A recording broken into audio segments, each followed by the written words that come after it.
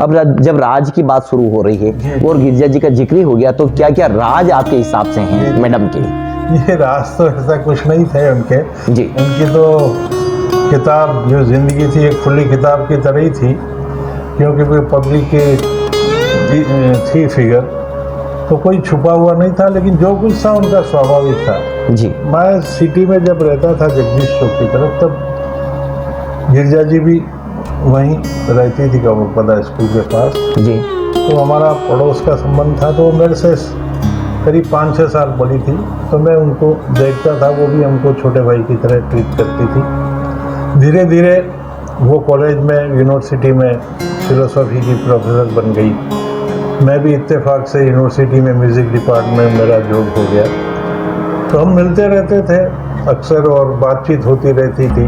और हमने एक बनाया था अंजुमन तरक्की होती। अच्छा। ये दिल्ली में चलता था, उसकी एक शाखा हमने उदयपुर में चला रखी थी। जहाँ हमारा एक ग्रुप था, तो अक्सर हम शाम को उर्दू के प्रोग्राम करते थे। पॉलिटिकल कैरियर शुरू हो गया था, लेकिन वो एमएलए और इस तरह का शायद इस वक्त नहीं हुआ था उनका। जी। तो उनसे लगाव, फिर हमने कई मुशायरे कराए, कई गज़ल के प्रोग्राम कराए घर में बैठने की, जिसमें हम आपस में भी गाते थे। बाहर के कलाकारों को भी मैं बुलाता था, उनका प्रोग्राम कराता था। तो ऐसे एक सिलसिला हमारा चलता रहा। धीरे धीरे फिर गिरजा जी मिनिस्टर बनी, सेंट्रल मिनिस्टर बनी, स्टेट में बनी, लेकिन उनका लिटरेचर, अदब से प्रति जो था, वो मोह कभी कम नहीं हुआ इस नाम से। देखिए, ये एक बहुत बड़ी उपलब्धि हम देख पा रहे हैं। 3 किताबों का जिक्र सर कर रहे हैं, जिसमें से लिटरेरी है। लिटरेरी, हाँ, मोहब्बत ये थी उर्दू के प्रति जी और हिंदी के प्रति कि आप देख रहे हैं किताब जी। इसका दूसरा अंदाज देखिए, रंग। आँच न आए कभी चमन में, हमने अपना लहू दिया है। जी। डायरेक्ट नहीं की जाती। तो चमन का मतलब ये हमारा देश, हमारा वतन। तो आँच न आए कभी चमन में, हमने अपना लहू दिया है।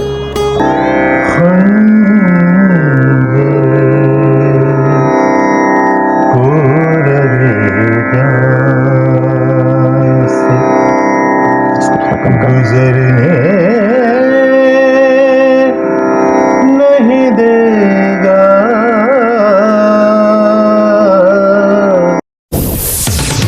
मेवाड़ की बात आप देख रहे हैं राष्ट्र न्यूज चैनल। नमस्कार, आप देख रहे हैं राष्ट्र न्यूज और मैं हूं रमेश गर्ग।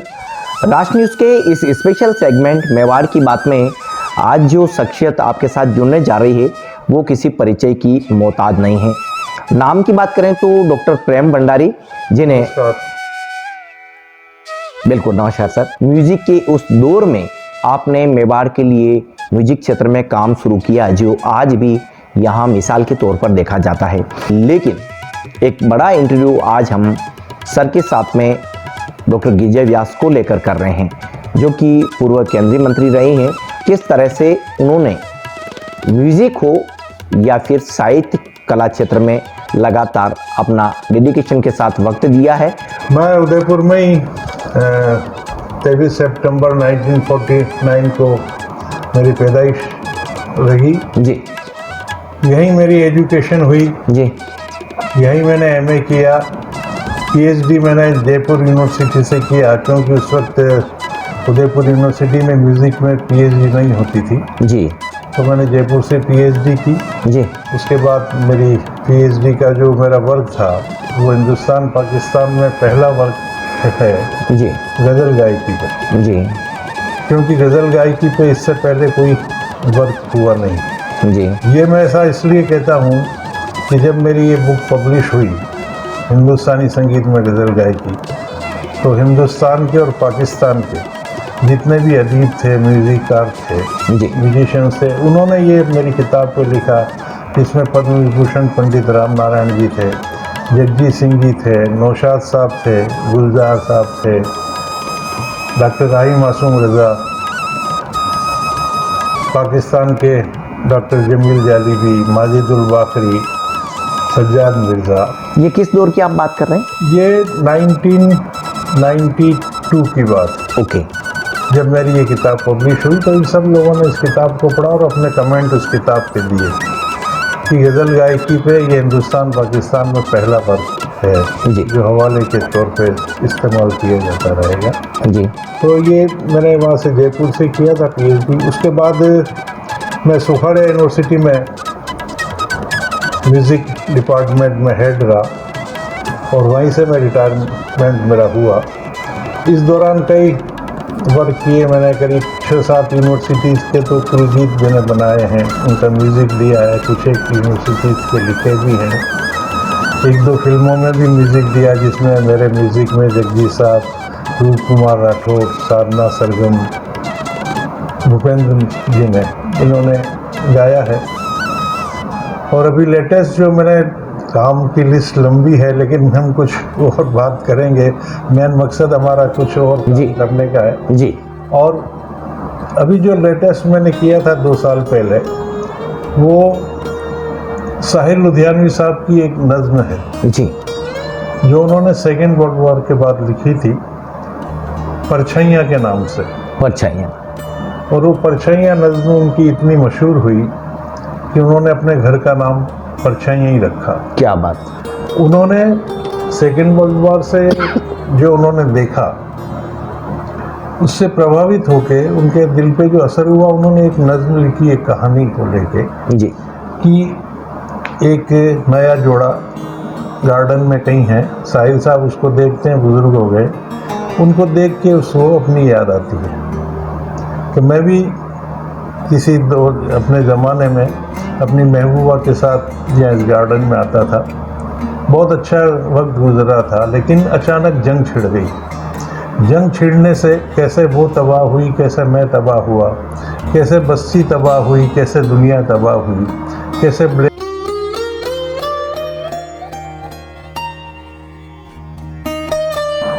बुराइयां होती है, वो सब समाज में होने लगी।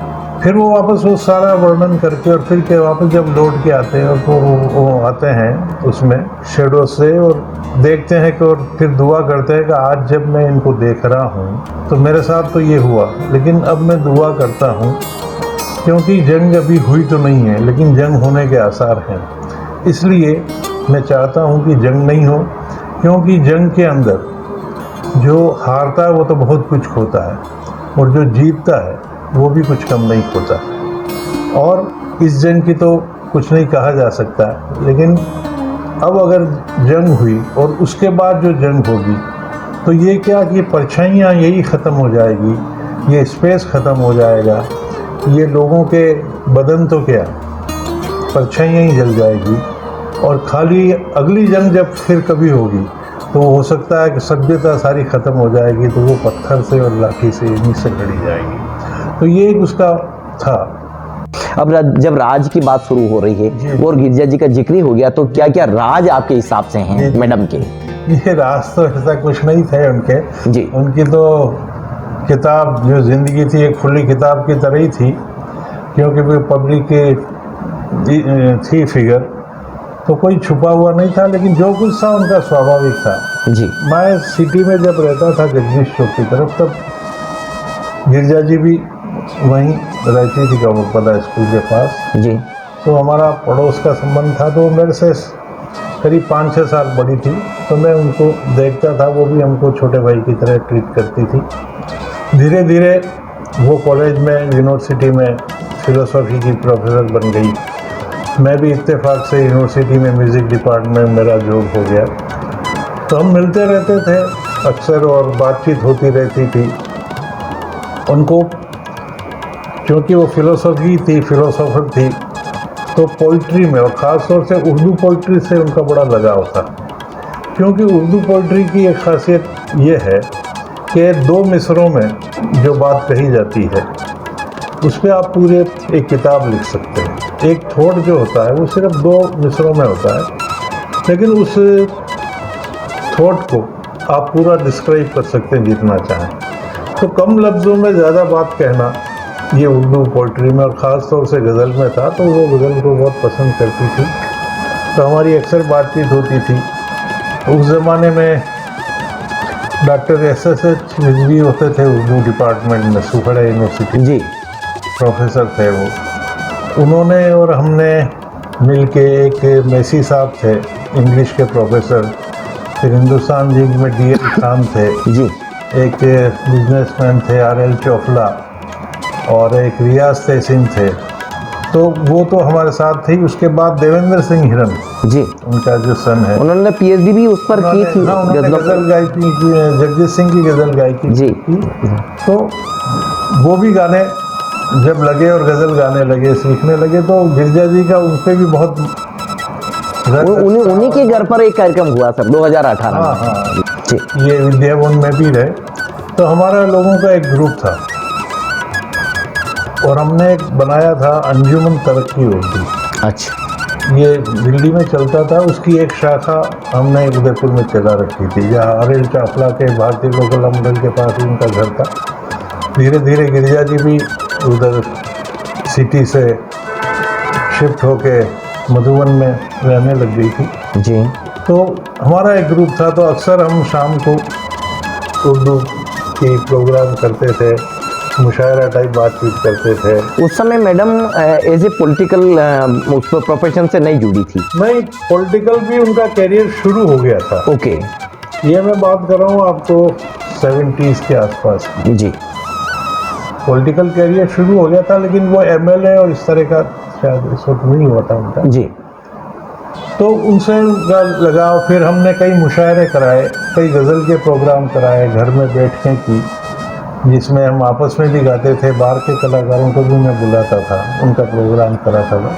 तो ऐसे एक सिलसिला हमारा चलता रहा। धीरे धीरे फिर गिरजा जी मिनिस्टर बनी, सेंट्रल मिनिस्टर बनी, स्टेट में बनी, लेकिन उनका लिटरेचर, अदब से प्रति जो था, वो मोह कभी कम नहीं हुआ। हमको कभी ऐसा नहीं लगा, हमारे ग्रुप को, अंजुमन तरक्की उर्दू वालों को या हमारे साथियों को, गिरजा जी अब इससे लिटरेचर से या साहित्य से दूर हो गई। वो जब भी उदयपुर आती या कभी हमको दिल्ली बुलाती, जयपुर बुलाती, तो ये चर्चाएं चलती रहती। और इसका नतीजा ये हुआ कि उनकी 3 किताबें, जो उनकी फिलोसफी की जो थी एकेडमिक, वो तो छपी, शाया हुई, लेकिन उनकी 3 गज़लों की किताबें भी हुई, जिसमें एक पहली का नाम था सीप समंदर मोती। उसकी बहुत पजीराई हुई, लोगों ने उसकी गज़लों को बहुत पसंद किया। उसके बाद एक किताब और है, उसका मुझे ध्यान नहीं आ रहा है, लेकिन अभी 2 साल पहले ही उनकी एक किताब और, कशिश नाम से। देखिए, ये एक बहुत बड़ी उपलब्धि हम देख पा रहे हैं। 3 किताबों का जिक्र सर कर रहे हैं, जिसमें से लिटरेरी है। लिटरेरी, हाँ जी, वो उनका वो नहीं है, एकेडमिक तो अलग है जी। मैं खाली उनकी जो लिटरेरी है, अदब है, उर्दू गज़ल से है, कविताओं से संबंधित है, उसका जिक्र कर रहा हूँ जी। और उनकी ये था, मोहब्बत ये थी उर्दू के प्रति जी और हिंदी के प्रति, कि आप देख रहे हैं किताब, जी, इसका दूसरा अंदाज देखिए रंग, क्या बात। एक ही किताब है। अच्छा, और ये लैंग्वेज उर्दू में भी है जी। वही उनकी सीप समंदर मोती जो पहली किताब थी जी, वो भी हमने उनको सजेस्ट किया जी, कि भाई आपकी जो पोइट्री है इतनी अच्छी है कि ये उर्दू अदब वालों को भी इसका होना चाहिए। तो हिंदी में भी ये प्रिंटेड है। और एक पैटर्न निकाला, क्यों मेरी जब पहली किताब छपी थी झील किनारे तन्हा चांद जी, और उसके बाद मेरी जो किताबें छपी है वो हिंदी उर्दू दोनों में है। क्या बात है। तो एडिशन दोनों ये इस तरह से ये होती है, देखिए इसका जी, ये इस तरह से चलती है जी, ये उर्दू, जो मैटर है सारा वो इस तरफ से आप खोलेंगे तो आप ये उर्दू में उनकी गज़लें उर्दू, इधर से खोलेंगे तो हिंदी में, और इधर से अगर आप खोलेंगे जी, तो ये सारा हिंदी में है उनका। जी, क्या बात। दोस्तों देखिए, उर्दू का जो पैटर्न है वो लेफ्ट से चलता है और हिंदी का पैटर्न हम राइट से देख रहे हैं। तो एक जो किताब है उसमें 2 लैंग्वेज में, उर्दू और हिंदी में, ये बुक प्रिंटेड है वो, ये तीसरे नंबर की बुक है। हाँ, ये तीसरी तीसरे नंबर, कशी। दो बुक्स है और उसके अलावा ये तीसरी बुक्स है, लेकिन बहुत बड़ी उपलब्धि ये आप दो देख किताबें जो पहले थी वो भी इसी पैटर्न पर पैटर्न है पे थी। और वो सारी गजलें हैं वो भी। हाँ हाँ, तो जी। वो उनको शौक था लिखने का, जी और ऐसा नहीं कि उन्होंने जो लिख दिया वो फाइनल हो गया। जी। वो हमको दिखाती थी, अच्छा फिर उसमें कहती भाई इसमें कुछ थोड़ा संशोधन करना हो तो ये करो, तो ये ईमानदारी के साथ वो काम करती थी। जी। तो हम उनको राय देते थे, खासतौर से मैं, कि भाई इसको इस तरह से कर लें तो ज़्यादा अच्छा है, फिर उसको वो इस तरह से करके इसे फिर उनकी मैंने गज़लों का एक सीडी भी बनाया था जी। उनकी, क्योंकि जितना उनको इसमें मोहब्बत थी उतना ही उनको म्यूज़िक से भी मोहब्बत थी। तो फिर उन्होंने कहा कि, तो मैंने उनको सजेस्ट किया कि भाई आपकी गज़लों का एक सीडी बनाया जाए। उस ज़माने में सीडी का चलन था, आज से 10-15 साल पहले। जी। तब ये ड्रीम्स के नाम से, ड्रीम्स के नाम से हैं और ये भी सारी गजलें हैं। हाँ ये गज़लें उनकी लिखी हुई है, जी जिसको मैंने म्यूज़िकली कंपोज किया, जी और इसका मैंने गाया है, जी। मेरी डॉटर ने गाया है, मेरी एक स्टूडेंट है सुरभि आरी, उसने गाया, जी। डॉक्टर पामिल मोदी ने गाया, जी। जो आज मैं तो रिटायर हो गया 2009 में। तो ये गिरजा जी को, सुपौल यूनिवर्सिटी में अभी म्यूजिक डिपार्टमेंट की हेड है डॉक्टर पामिल मोदी। अच्छा ये मतलब संग्रह जो है, मतलब जो 8 गज़लें जो हैं वो हाँ। गिरजा जी की लिखी हुई है, ओके और उसका म्यूजिक मैंने पूरा कंपोज किया, जी। और इसका जो म्यूजिक अरेंजमेंट है वो डॉक्टर रघु उपाध्याय और एक देवाशीष उपाध्याय हैं जी। जयपुर के, उन्होंने किया, और मैंने, मेरी डॉटर डॉक्टर पामिल और डॉक्टर सुरभि आर्य, आजकल ये गोवा में है जी सेंट्रल स्कूल में टीचर म्यूजिक की, जी। इन्होंने इसको गाया है। तो ये एक बार ये सीडी दर्शकों को बता देते हैं। देखिए जी। ऊपर ही ऊपर मैडम गिरजा जी का ये आपको फोटो दिखाई दे रहा है, उसके बाद में डॉक्टर प्रेम भंडारी सर हैं, इनकी दोनों डॉटर हैं, और आज ये सीडी मैडम के लिए बहुत बड़ी उपलब्धि का ये राज, यानी कि ये राज 2 में भी हम यहाँ बात कर सकते हैं, लेकिन बहुत खुशी हो रही है ये सब चीज़ें सर से जानकर शेयर करके। जी सर, अब हम बात करते हैं तो जो संग्रह आपके सामने होता था, जी। जो कुछ वो लिखा करते थी, पहले एक कोरे कागज पर वो उखेर दिया जाता, लेकिन बाद में वो बहुत बड़ी, उनकी एक किताब थी, जी कोरे कागज पे वो लिखती थी, फिर उसको फाइनल एक डायरी में लिख देती थी जब वो भी उनको वक्त मिलता। जी फिर वो डायरी मुझसे मिलके उसको हम डिस्कस करते कि भाई इसमें ऐसा हो जाए तो अच्छा है, इसमें ऐसा हो जाए तो आपकी सोच क्या है, थोड़ा सा जो एक तरमीम होती, जी उसको उर्दू ज़बान में इस्लाह कहते हैं, जी तो वो इस्लाह हमारे साथ होती थी उनकी, जी। थी, और वो फिर फाइनल होके फिर वो प्रिंट होती थी। अब यूं तो एक आम आदमी के लिए ये गजल है, जी जी लेकिन इसके अंदर क्या है वो आप और हम अच्छी तरह समझते हैं। जी। वो जो परिवेश में, जिस देश काल समाज या जो परिस्थिति में लिखती थी, वो एक बहुत बड़ा चैलेंज भी बन जाता था, जी, जी। और उसको शायद आज हम समझने की कोशिश करेंगे जी। तो उसके कई अर्थ आज किस मायने में होंगे, क्या आप क्या देखिए, कहते हैं? उन्होंने लेटेस्ट जो लिखी थी ये कशिश किताब, जी उसमें कुछ शेर में जैसे आपको, आँच न आए कभी चमन में हमने अपना लहू दिया है, जी कि ये चमन उर्दू पोइट्री में सब बातें सिंबॉलिक कही जाती हैं, डायरेक्ट नहीं की जाती है। तो चमन का मतलब ये हमारा देश, हमारा वतन। तो आँच न आए कभी चमन में हमने अपना लहू दिया है, तीरगी का फैला है वो मंजर, रोशनी देखो हाथ मलती है। जो उस ज़माने में उन्होंने जो देखा कि हर तरफ जो भूखमरी थी या गरीबी थी, अंधकार था, बुराइयां फैली हुई थी, तो उसमें उन्होंने लिखा तीरगी का फैला है वो मंजर, तीरगी का मतलब अंधेरा, जी रोशनी देखो हाथ मलती है, रोशनी भी देखो, मतलब जो अच्छे लोग हैं वो कुछ कर नहीं पा रहे हैं। एक दूसरे से नफरत करना, बात भला किस मजहब की है, कौन सा मजहब ये कहता है भाई एक दूसरे से नफरत करो। तो ऐसे छोटी छोटी उनकी ये पूरी गज़लों है, गज़लों में से कुछ शेर मैं आपसे सुना रहा हूँ। जी किसे कहें बुरा, किस किस पे तोहमत रखें, हमारे घर में आग हमने खुद लगाई है, दीनों मजहब की आड़ देकर क्यों सियासत की बात करते, क्या बात, मतलब धर्म की बात लेके क्यों मजहब की बात करते। अब देखिए उन्होंने अपनी जिंदगी के बारे में भी लिखा। जी 2 मिसरे में क्या बात कही है, मैं पुरानी हो गई क्या, मैं पुरानी हो गई क्या, एक कहानी हो गई क्या, साथ देते हो कहाँ तक देती, काट कर ले गया बाजू मेरे। जी साथ देती तो कहाँ तक देती, काट कर ले गया बाजू मेरे। अब ये किसकी तरफ इशारा हो रहा है? देखिए, हर इंसान की जिंदगी में अपने आप को उतार चढ़ाव। मजबूत उतार चढ़ाव होते हैं, अपने आप को मजबूत पाता है वो। जी कुछ करना चाहता है लेकिन कर नहीं सकता है, क्योंकि उसके बाजू काट दिए जाते हैं, उसकी आवाज़ को बंद कर दिया जाता है। ये सिंबॉलिक चीज़ें होती जी। है। वही मैंने आपसे पहले कहा ना, जी। कि पोइट्री में यूँ नहीं कहेंगे कि मेरी ज़बान काट दी है या मुझे बंद कर दिया है, कैद कर दिया। उसकी ये तरीके होते हैं, भाई साथ देती तो कहाँ तक देती, जी काट कर ले गया बाजू मेरे। जी। अब सर इस किताब से थोड़ा सा हट के हम और बात करते हैं। इसका तो संग्रह बड़ा ऐतिहासिक होने वाला है जी। और ये अब इतिहास में हमेशा ही एक ऐसा रोल अदा करेगी जो हमेशा ही आने वाली पीढ़ियां याद रखेगी। लेकिन मैडम का खासकर गज़लों के साथ साथ में गाने में भी उनकी रुचि होती थी। और जी। 2018 के आपके एक प्रोग्राम की अभी भी मैंने रिपोर्टिंग जो है वो मुझे थोड़ी याद है। डॉक्टर देवेंद्र हिरन के घर पर एक कोई कार्यक्रम रखा था और शायद उस समय सब लोग आप शामिल हुए थे। तो ये जो कुछ उदाहरण है वो किस तरह से गाया करती थी, क्या उनके लिए होते थे, और आप आपस में किस तो तरह से? देखिए, बहुत ज़्यादा तो उन्होंने संगीत की शिक्षा दी नहीं विधिवत तो, लेकिन एक नेचुरल गिफ्ट, जो गॉड गिफ्ट जिसको कहते हैं, वो उनके गले में थी, उनके सुर में थी।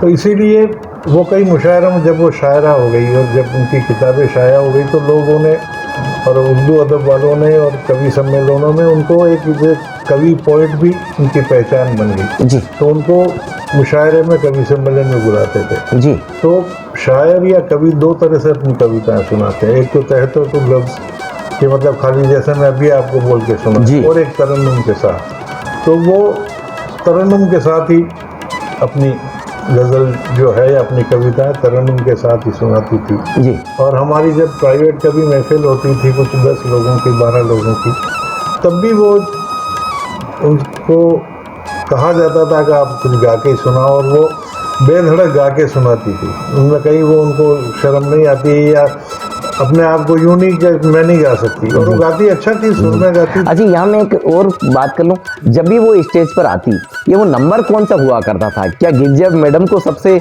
मतलब सुनने के लिए बेताब रहते थे लोग, क्या रहता था वो? हाँ, देखिए क्या होता है कि मुशायरों की या कवियों की एक परंपरा होती है जी कि जो सीनियर शायर है काम में भी और उसका पद या ओहदा भी है, जी तो उसको उस मुशायरे का सदर या अध्यक्ष या ऐसा कुछ बनाया जाता था। तो गिरजा जी नेचुरली देखिए पद में भी बड़ी थी, उनका लिखना भी अच्छा था, मिनिस्टर भी रही थी, और उर्दू के लिए उन्होंने बहुत काम किया है। उन्होंने उर्दू न्यूज़ चैनल शुरू किया था, जब उर्दू में खबरें नहीं आती थी तो उन्होंने जी। शुरू किया, जी ऐसा वो बताती थी अपने हर। हाँ, मिनिस्ट्री से इंफॉर्मेशन डिपार्टमेंट में रही वो तब, बिल्कुल। तो नेचुरली उनको सदर बनाते थे, तो वो आखिर में ही पढ़ती थी। जी लेकिन बीच में क्या हो गया, जब उनकी थोड़ी सेहत ठीक नहीं रहती थी तब वो आती थी प्रोग्राम में, बहुत ज़्यादा आखिर तक नहीं बैठ पाती थी, तो फिर वो कहती थी भाई मैं थोड़ा सा जल्दी जाऊंगी। जी तो ऐसे कई प्रोग्राम हैं जो वो आती थी, कोई प्रोग्राम छोड़ती नहीं थी, आधा पौन घंटा बैठती थी, और लोग फिर इसरार करते कुछ तो आप सुनाइए, फिर वो सुना। जी।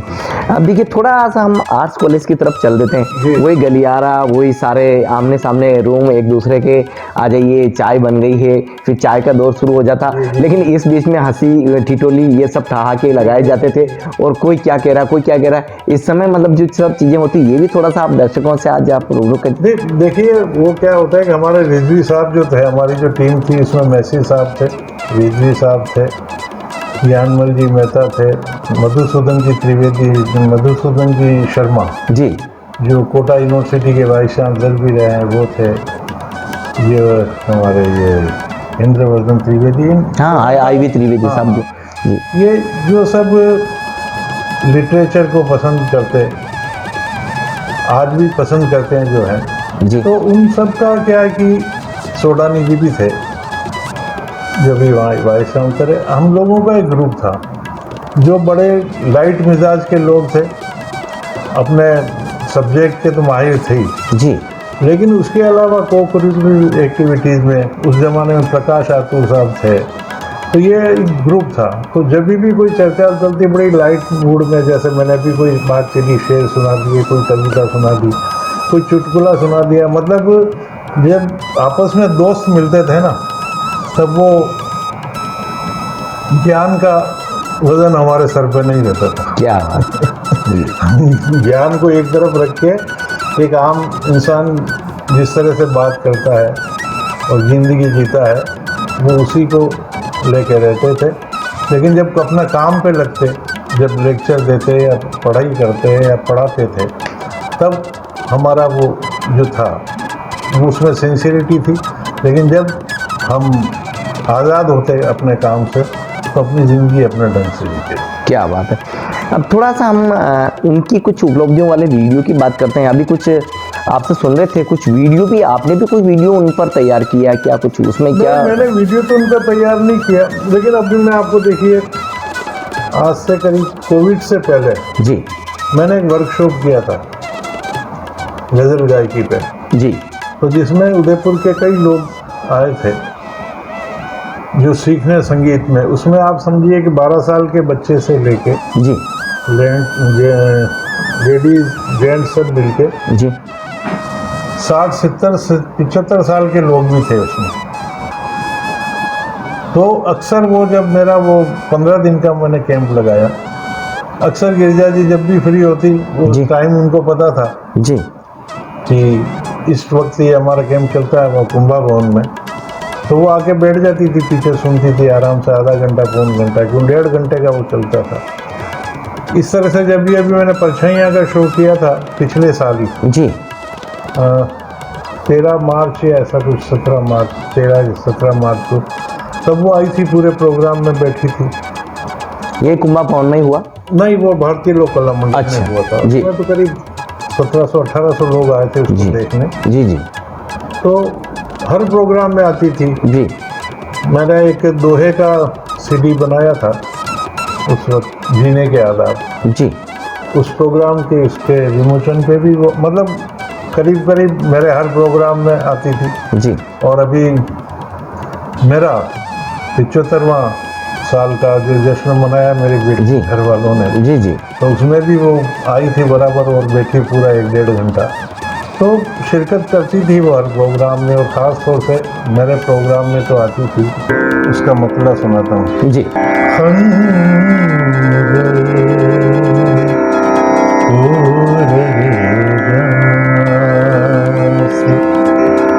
गुजरने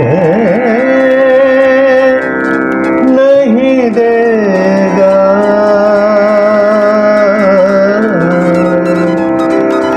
वो शख्स मुझे चैन से मरने नहीं देगा।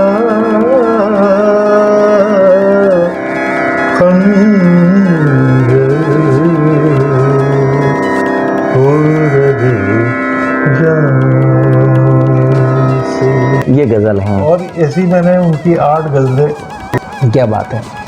कंपोज की जी। और जो गाई है, जिसका जी ड्रीम्स के नाम से एक सीडी भी रिलीज हुआ था, म्यूजिक के साथ साथ। जी। तो दोस्तों देखिए, एक इंटरव्यू में तो मुझे लगता है कि ये सब चीज़ें नहीं ली जा सकती, लेकिन एक आध सवाल हम इसमें इम्पोर्टेंट है वो ले लेते हैं। ऐसा कहते हैं कि जब वो पॉलिटिकल प्लेटफॉर्म पर प्रॉपर वे में आ चुकी थी, तब यही सुकाड़ा यूनिवर्सिटी की टीम उनके लिए वोटर्स भी थी और यही टीम उनके लिए कैंपेनिंग भी थी। क्या कहते हैं इस सवाल पर? बिल्कुल, उनको, क्योंकि वो इतनी सहज और स्वाभाविक जब यहाँ जॉब में थी तब भी थी, और जब पॉलिटिक्स में आ गई थी तब भी उनका जो उनके दोस्तों के प्रति या उनके पास कोई भी जाता था, वो उसकी पूरी जितनी मदद कर सकती थी करती थी। तो जब भी वो इलेक्शन में रही तो हमारी यूनिवर्सिटी के सब लोगों ने दिल से उनका साथ दिया, जी उनको सपोर्ट किया, कैंपेन किया उनके जी। लिए। सब लोगों को गर्व भी होया करता था कि भाई हमारी मैडम आ गई हैं। दूसरा ये भी था कि कभी ऐसा तो नहीं लगा कि नहीं अब मिनिस्ट्री पद पे है या बड़े पद पे हैं तो हमसे बड़ी हो गई। नहीं, मतलब वो उनका ये था कि वो जब मिनिस्टर हो गई, सेंट्रल मिनिस्टर, किसी फंक्शन में आती थी, उनको कोई पियोन भी दिख जाता था जिनके साथ वो मतलब जो उन टाइम काम करता वो उससे पूछती थी रुक के कैसे हो, क्या है। तो मतलब ये उनका सबके प्रति जी ठीक बात। मतलब वो जो एक कई लोगों पे वो चढ़ जाता है ना जी मिनिस्टर होने का, वो उन पे कभी नहीं चढ़ा। जी जब वो जहाँ पद पे बैठी होंगी वो जैसी हों वहाँ हों, लेकिन जब आती थी हमारी यूनिवर्सिटी में या कभी हम लोगों से जब मिलती थी, दूसरों से भी मिलती थी, तो स्वाभाविक रहती थी। ऐसा नहीं कि बहुत कभी कभी अपनी मेवाड़ी में भी बात करने लग जाती थी। बिल्कुल जी जी जी। अच्छा, एक जैसे हमसे क्या आप लोगों से भी वो हुआ ही करता होगा, ये थोड़ा सा गलत तो गलत और सही तो सही, उस समय वो कई बार नाराज भी हो जाती थी और तीखे अंदाज में बात। हाँ, ये उनका था। मान लो उनको कुछ लगा कि एक गलत बात हो रही है तो वो सामने वाले को एकदम डांट देती थी जी। लेकिन फिर उनको 2 मिनट बाद ही एहसास होता तो जैसे कोई आया, उनके बस में सब काम करना नहीं होता जी। लेकिन कई बार ऐसा होता कोई आया, उसको भाई मैं नहीं कर सकती काम, या उसको थोड़ा सा गुस्से में बोल दिया, लेकिन वो चला जाता अपना मुंह छोटा करके। लेकिन उसी क्षण वो अपने सीट से उठ के, सोफे से उठ के दरवाजे तक जाती, उसको बुलाती। क्या बात। अरे मेरे वो गुस्सा आ गया था तो मैंने ऐसा बोल दिया, और क्यों मैं वो काम नहीं कर सकती थी, लेकिन तुम हिम्मत रखो, मैं कोशिश करूँगी मेरी पूरी काम। मतलब उनको एहसास हो जाता था तो भाई मैंने ये इसका दिल दुखा दिया जी। तो उसको 1 सेकंड में एहसास हो गया, वापस 1 सेकंड 2 सेकंड के अंदर वो वापस मतलब वो दरवाजे से बाहर निकले। उसके शेर लिखा जी कि जिन हादसों से गुजरा हूँ मर क्यों नहीं गया। मेरा अपना एक शेर है कि जिन हादसों से गुजरा हूँ मर क्यों नहीं गया, किसकी दुआ पे जिंदा हूँ ये सोचता हूँ मैं। क्या बात। तो ये थे प्रेम भंडारी सर, जिन्होंने गिरिजा व्यास के जीवन से जुड़े हुए सारे राज के दें, उनके जुड़े हुए सारे उपलब्धियों के वो किस्से कह दें, या यूँ कह दें कि एक दौर में हम कुछ किया करते थे और आज वह दौर उपलब्धियों में तब्दील हो गया है। तमाम बातें हैं जो कैमरे में रिकॉर्ड हो चुकी है और किसी ज़माने में, किसी समय में ये आर्काइव के तौर पर, यानी कि लाइब्रेरी के तौर पर इस इंटरव्यू को भी दिखा जाता रहेगा। लेकिन आज सर ने कीमती वक्त दिया, इनके साथ जुड़े, तमाम बातें हुई। मैडम भी जल्द स्वस्थ होकर घर लौट आए, ये उम्मीद हम करते हैं, और यही दुआओं प्रार्थना का दौर मेवाड़ में लगातार जारी है। लेकिन मेवाड़ की इस बेटी ने आज देश दुनिया में नाम रोशन किया है मेवाड़ का, और हम सभी को इन पर गर्व है, इन पर नाज है। सर, आज आपने वक्त दिया, उसके लिए बहुत बहुत धन्यवाद। नहीं, ये मेरा फर्ज था जी। और आपका बहुत बहुत शुक्रिया कि आपने मुझे इस काबिल समझा जी कि मैं गिरिजा जी के साहित्यिक और सांगीतिक जो उनकी रुचियाँ थी उसके बारे में कुछ आपको बता सकूं। जी। उसके लिए आपका और आपके चैनल का बहुत बहुत शुक्रिया।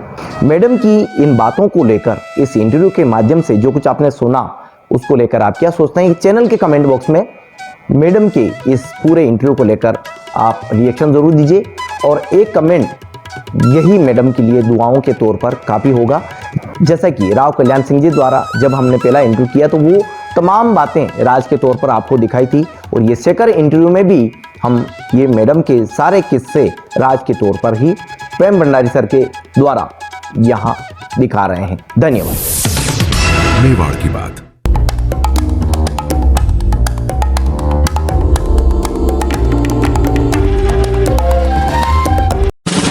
आप देख रहे हैं